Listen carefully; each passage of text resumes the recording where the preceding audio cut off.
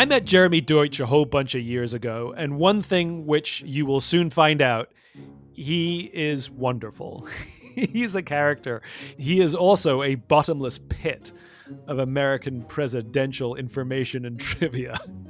So, for this President's Day, I thought to bring my friend Jeremy on to teach us all a thing or two about our past presidents and some of their strange habits. This is A Bit of Optimism.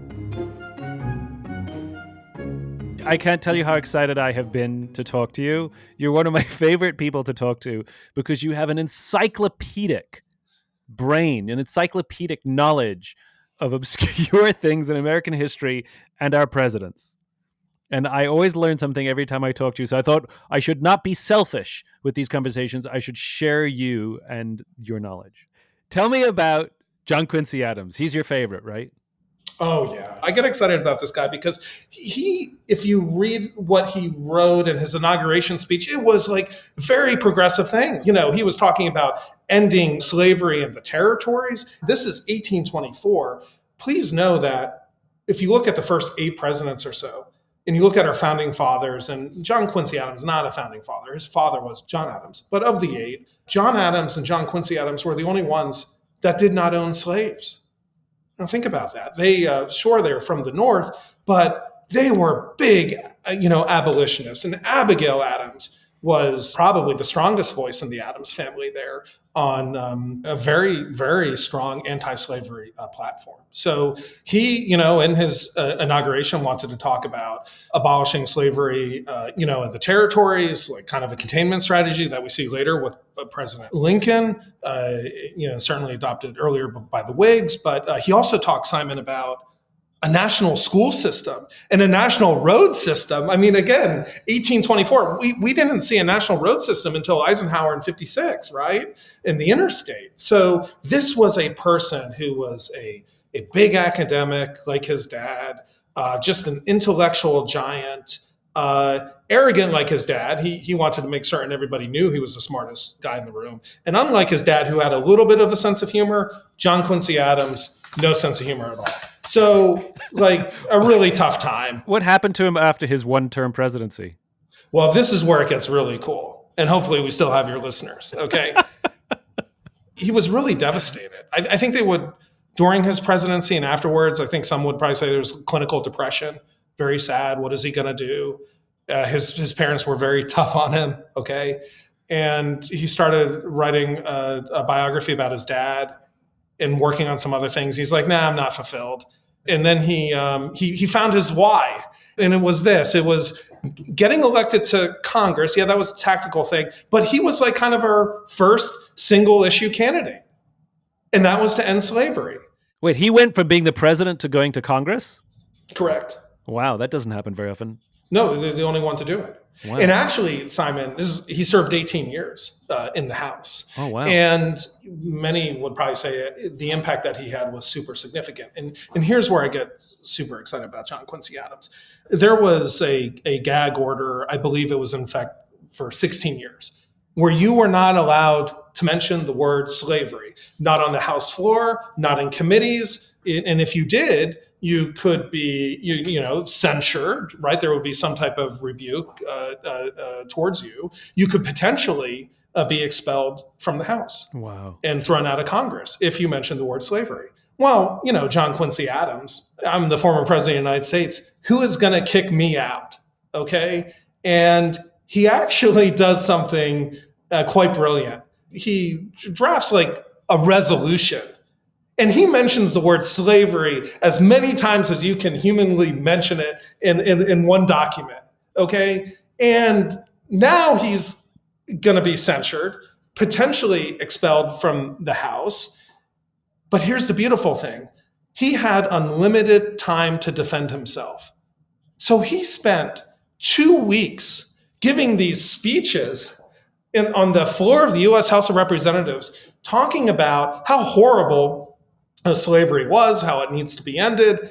And that day his supporters would take his speeches and they would turn them into pamphlets and they would distribute the pamphlets to citizens because they were trying to change the tide on public opinion on slavery.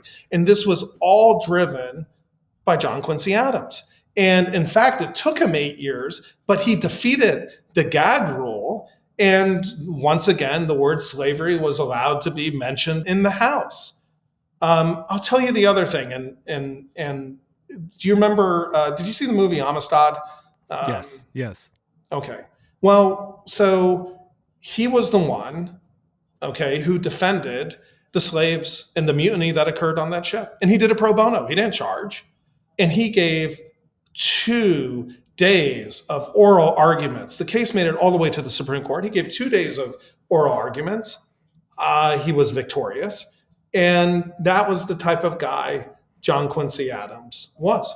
One of the things that I don't think a lot of people realize is how the debate and the discomfort of slavery, how much it has been present throughout the history of this nation, that it was contentious for our whole history, to the point where they banned the mention of the word on the House floor is astonishing because they just didn't even want to talk about it.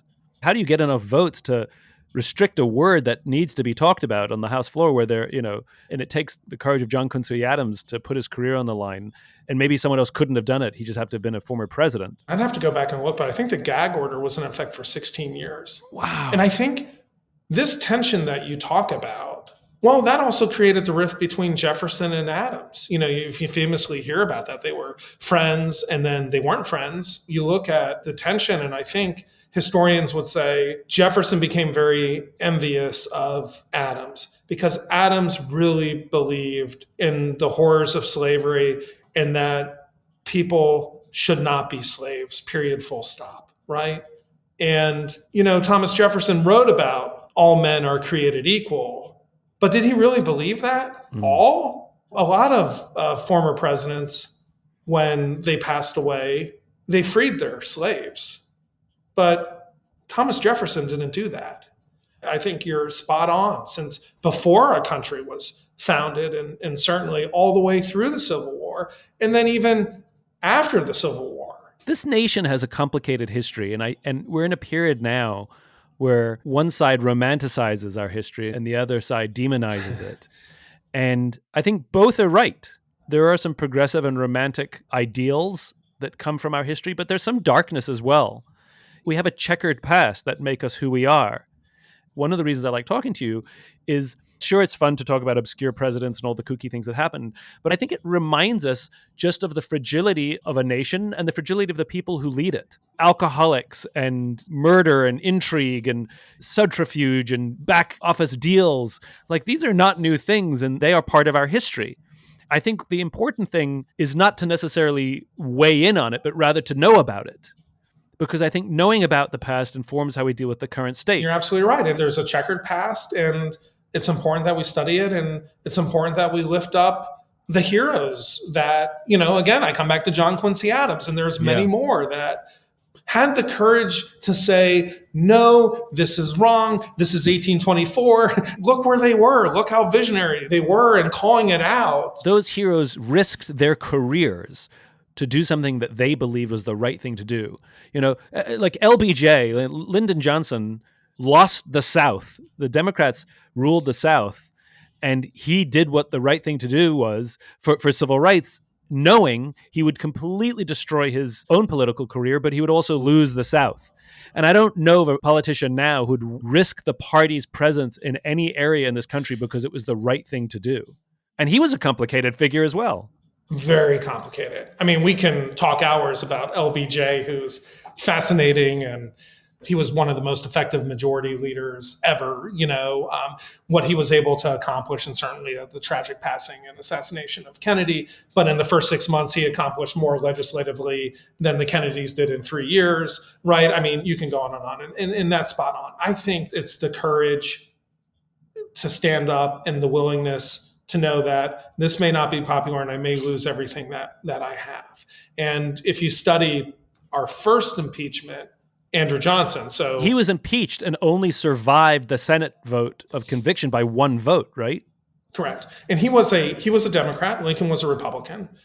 Johnson, not many people liked him. In fact, when he was sworn in as vice president, he was so drunk at the inauguration He barely could take the oath.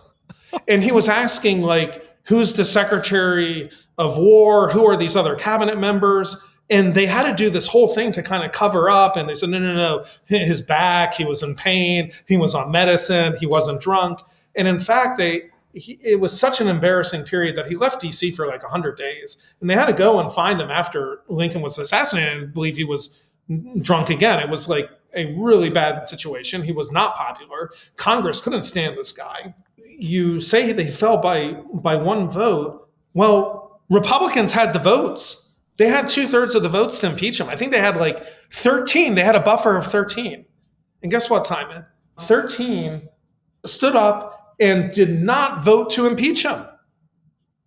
And all those Republicans who did not vote to impeach the Democrat, they all essentially lost and never came back to the Senate.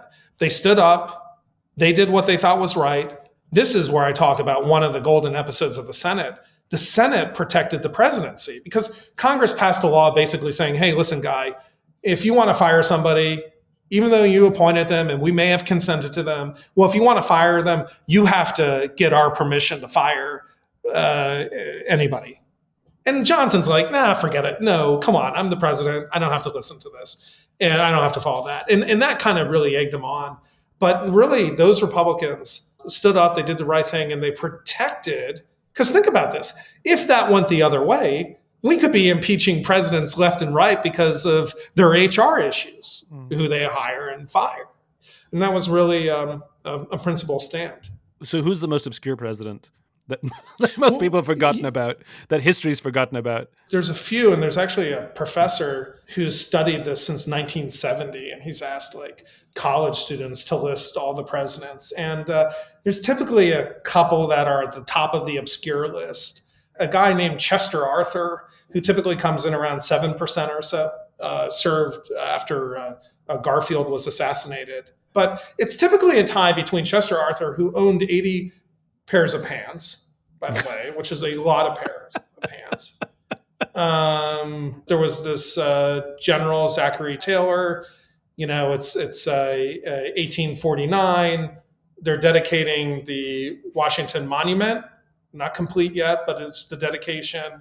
Zachary Taylor, by the way, that's the only monument in DC. Please know that. Everything else is a memorial, but there can only be one monument. So this guy, you know, they do the ribbon cutting.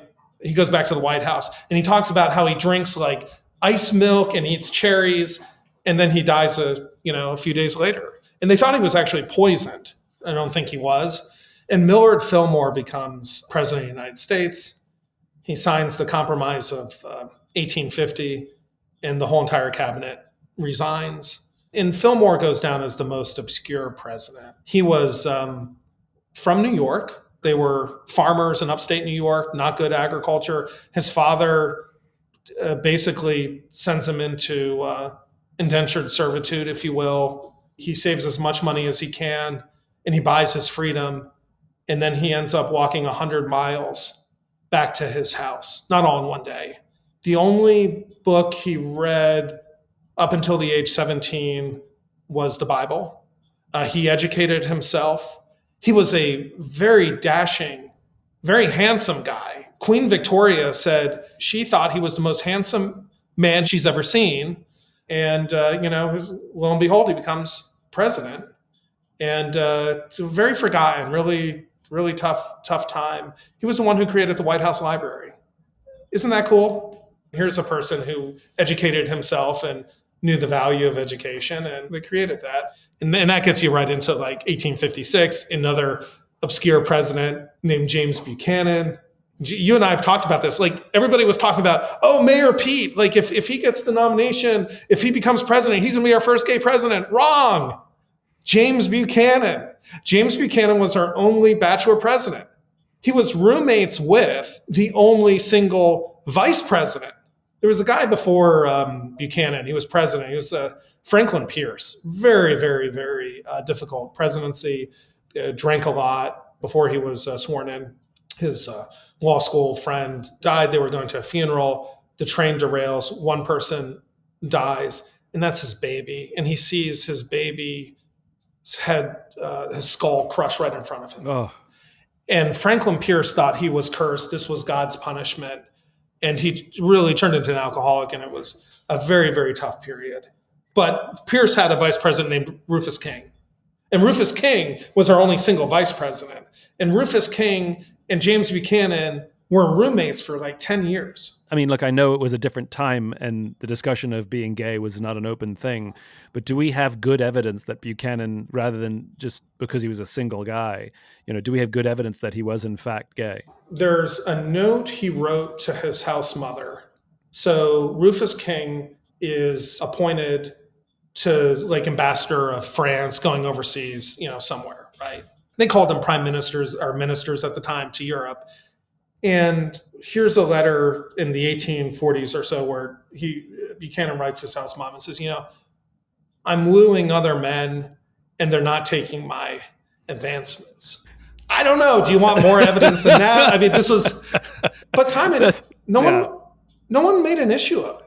Yeah. Interesting. You think about, I think that's so fascinating. I mean, yeah, Andrew Jackson called him Mr. Fancy and Aunt Nancy, the pair. Homosexuality, I don't believe that word wasn't coined. I think it was coined in Germany in the 1860s or so. So they didn't make it a campaign issue. I know the parties, their names remain the same sometimes, but their politics change. And we've had different names for the parties. But can you discern the basic 2 points of view? Because the way I like to describe politics, which is, we have this thing called the Declaration of Independence. All men are created equal, endowed with these unalienable rights, amongst which include life, liberty, and the pursuit of happiness. And we have a constitution that lays out a structure for how we're going to advance that vision. And the difference between the two political parties is an interpretation of how we're going to advance that vision. That's all it is. It's a debate on, should we do it this way or should we do it that way? And depending on the culture or the tastes of the day, parties go in and out of favor because their points of view go in and out of favor. And that's sort of how I try to explain the two-party system. It should be a debate. It's not about right or wrong, but it's like, we believe that the vision should be advanced this way. No, we believe it should be advanced this way. But they should both share the same vision. That's why they should find common ground, right? Because they both believe and agree on the vision, just they disagree on how to get there. And so throughout American history, we've had the Whigs and we've had the Democratic Republicans and all of these, different names for the parties. Are there two basic points of view that have always remained regardless of what the parties have been called? That's a great question. Maybe it's the scope and size of government. And I say maybe because, look, my background, and I'm a Republican, and you could say that, the limited government, the smaller government, right? That goes back to Washington, that debate. Yeah, because it's Hamilton and Jefferson, right? Because Washington also warned about his farewell speech, avoid the political parties, right? And you had somebody who was Jeffersonian, Thomas Jefferson, who believed in a certain size and a limited size of the government. And then you had Hamilton, not president, but very influential, who, believed in a bigger, larger role of the government. And that's probably historically been the tug of war all the way to Reagan, maybe Bush. But there's also been significant, expansions under Republicans in current times. Regardless of what the parties have been called, whether it was the Whigs or the Democratic Republicans or Democrats, regardless of the names that they've taken, there have been two basic interpretations of how to advance towards the vision that is the United States. One party has always generally believed that government's role is to intervene and help as many people as possible achieve that vision. And the other party has basically believed that government's job is to do the basics, collect taxes, defend the country, and basically let people figure it out themselves and sort of stay out of the way as much as possible. And regardless of what the parties were called, that's basically our two-party system. Yeah, and the challenge is it's kind of like Fiddler on the Roof when the two sides are fighting. And remember, Tevye says, well, yeah, he's right. And then he hears the other argument and says, well, he's right. And then the other guy says, well, they both can't be right. And it's like, you're right, right? But both sides are right. And it's just like, how do you bring them together to do more things and solve problems? Final question for you.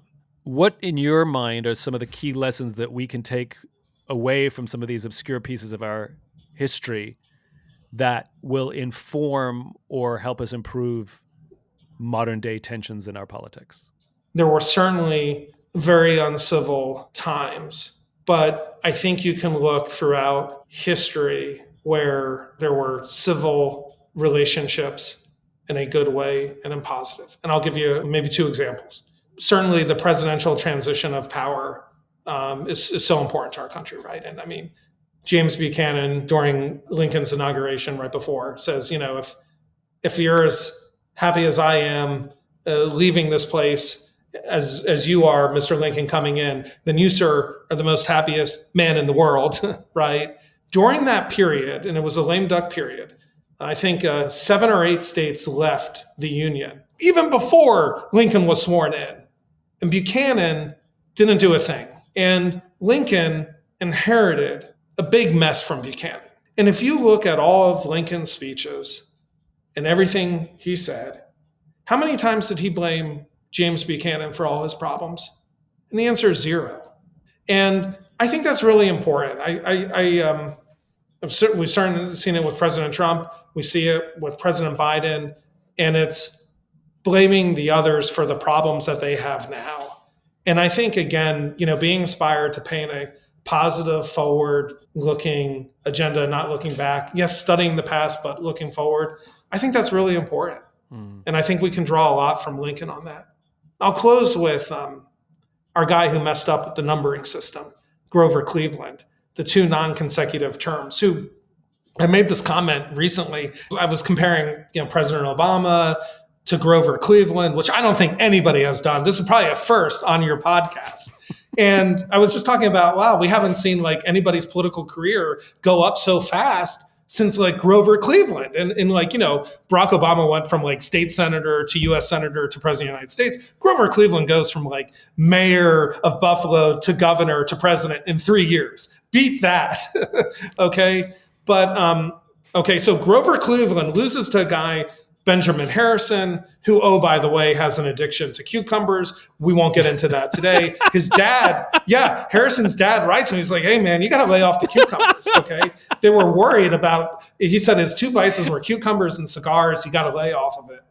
But he was the grandson of William Henry Harrison. William Henry Harrison was at that time, the oldest president sworn in. He gives the longest inaugural speech. He rides back to the White House without a hat on to show how youthful he is. And he dies 30 days later, pneumonia, whatever it may have been, shortest presidency. His grandson becomes president. Oh, by the way, his grandson gives Simon the shortest inaugural speech. Okay. It's inauguration and it's raining. And you can look at the photos and you can see the former president, Grover Cleveland, is holding an umbrella over Benjamin Harrison's head while he's getting sworn in. And Grover Cleveland says, it's the duty of the former president to make certain that the current president isn't rained on. Isn't that something? Wow. These are leaders, and whether they're president or members of Congress or on the town council, they have a platform now bigger than they've ever had before to inspire, to be positive, to do good things, and to have, meaningful impact and change. So if I can sum up the lessons that you so eloquently shared, that to look to our past, the lessons that we can learn in our modern day is play the hand you're dealt. Don't worry about who dealt it. Do the best you can with the tools you've got and act with civility. Amen. We can't create the future by clinging on to the past. Jeremy, I love talking to you. It's always such a joy. I appreciate you taking the time and helping me and anyone who stayed listening learn a little more about some of our obscure American history and some of the checkered past. I really appreciate it. If you enjoyed this podcast and would like to hear more, please subscribe wherever you like to listen to podcasts. Until then, take care of yourself. Take care of each other.